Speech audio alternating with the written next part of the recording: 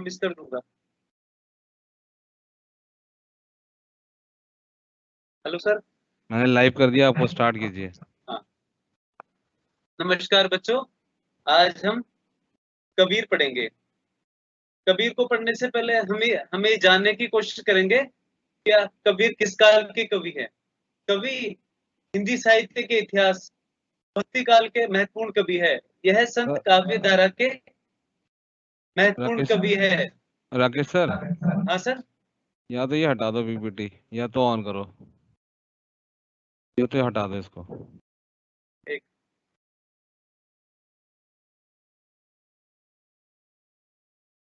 ठीक है, स्टार्ट कीजिए। स्टार्ट कीजिए सर। सर हो गया। नमस्कार बच्चों। आज हम कबीर पढ़ेंगे। कबीर भक्ति काल के एक महत्वपूर्ण कवि है। कबीर को जानने से पहले हम उनके उनके कुछ परिचय के बारे में जानना चाहेंगे। विद्वानों का मत है कि कबीर का जन्म 1398 ईस्वी में हुआ था तथा मृत्यु 1494 ईस्वी में हुई। उनका जन्म स्थान काशी है तथा मृत्यु मगध में हुई। उनकी जाति और तथा उनके माता पिता के बारे में अनेक जनश्रुतियां प्रचलित है। यह भी कहा जाता है कि कबीर ने अपने ग्रंथों में विभिन्न स्थलों पर अपनी जाति जुलाहा बताया है। आचार्य महावीर प्रसाद द्विवेदी के का मत है कि कबीर के माता पिता जुलाहा जाति के थे और यह जाति जुलाहा जाति नाथ पंथियों की शिष्य थी।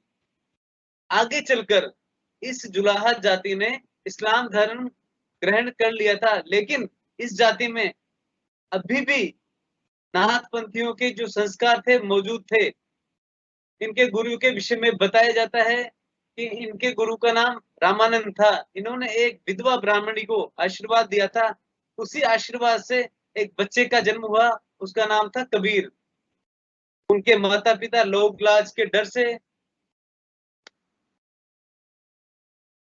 इसके माता लोकलाज के डर से लहरतारा नामक तालाब में छोड़ देते हैं।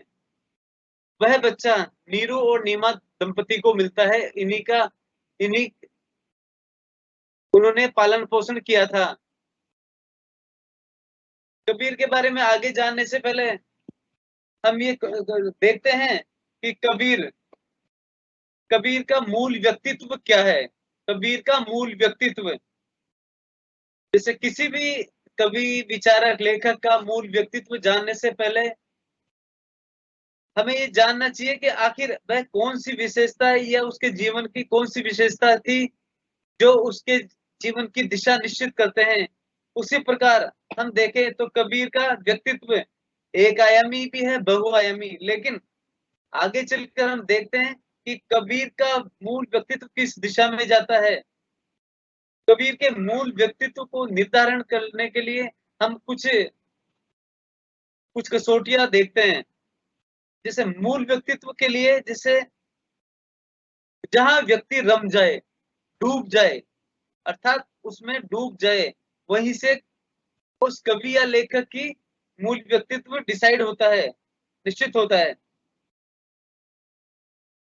जैसे हम देखते हैं कि कबीर का मूल व्यक्तित्व, कुछ लोग उसे संत मानते हैं, कुछ कवि मानते हैं, कुछ समाज सुधारक मानते हैं और कुछ भक्त मानते हैं। पहला हम देखते हैं संत। उस कबीर को अगर हम संत माने तो उसके लिए कुछ मूल आवश्यक शर्तें होती है। जैसे आध्यात्मिकता हो, सांसारिकता के प्रति मोह का त्याग हो, निस्वार्थता हो, निर्भयता हो और उपदेशक हो। अगर इस दृष्टि देखें तो कवि में वह सारी विशेषताएं हमें नजर आती है।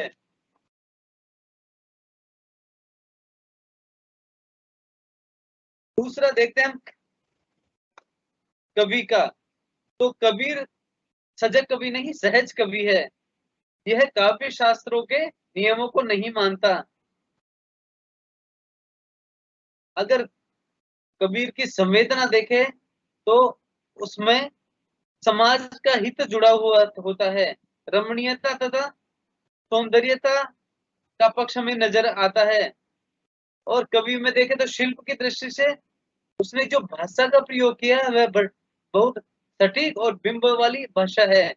हजारी प्रसाद द्विवेदी ने उन्हें भाषा का डिक्टेटर भी कहा है। अगर आगे देखें तो समाज सुधारक के रूप में तो प्रगतिशील नजरिया, कबीर को देखें तो कबीर का नजरिया समाज को लेकर प्रगतिशील है। हिंदू या मुसलमान, अच्छा एक चीज और देखेंगे बच्चों कि उस समय जो कबीर की जाति थी जुलाहा, उसको हम एक संक्रमण काल से गुजर रही थी। उसको हम ना हम हिंदू मान सकते हैं ना मुसलमान मान सकते हैं। वह हिंदू से मुसलमान होने की दिशा में अग्रसर थी। तो कवि के ऊपर ये भी था कि वह ना तो मुसलमानों को मानेंगे ना हिंदू को मानेंगे। अर्थात उस संक्रमण काल से, अर्थात उसको देखकर कबीर का नजरिया बिल्कुल प्रगतिशील था। दूसरा देखेंगे साहस, निष्कंप और दृढ़ था। उसमें घर फूंक मस्ती की भावना थी, निस्वार्थ था। आगे हम देखते हैं भक्त। जैसा कि हम मानते हैं कि कबीर का जन्म नाथ पंथ में हुआ था।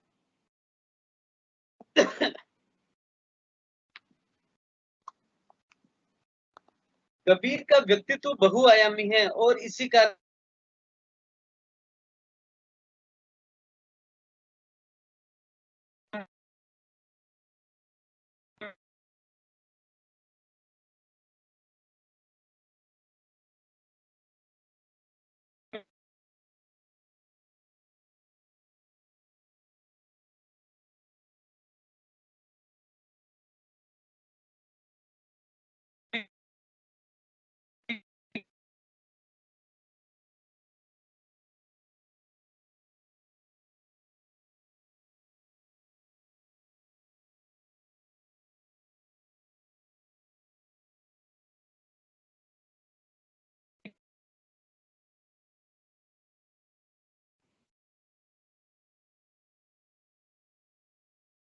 प्रकृति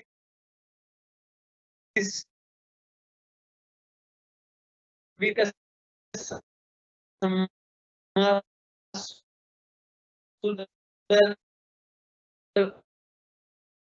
कि वह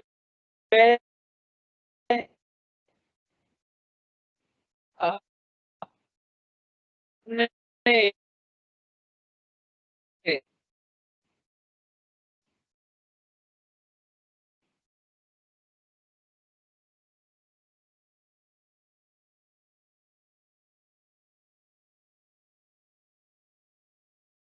और वह नारी को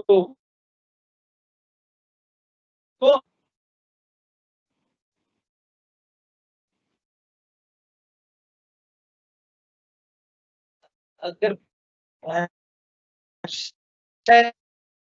की बात करें तो भाषा को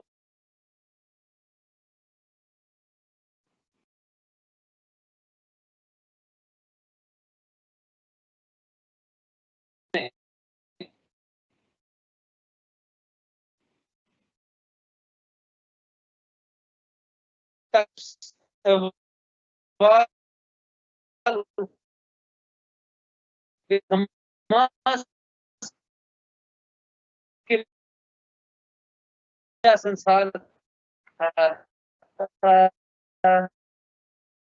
क्या कबीर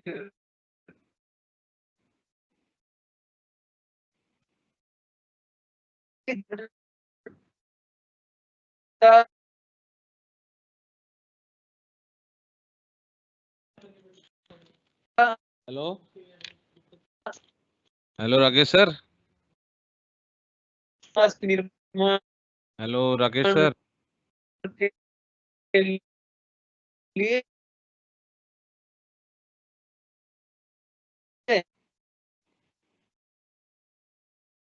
हेलो राकेश सर, मेरी आवाज आ रही है आपको?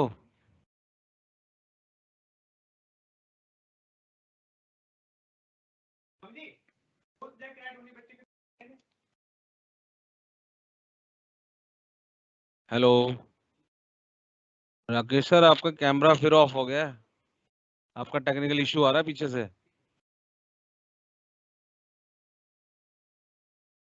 आपका नेटवर्क प्रॉब्लम आ रही है बहुत।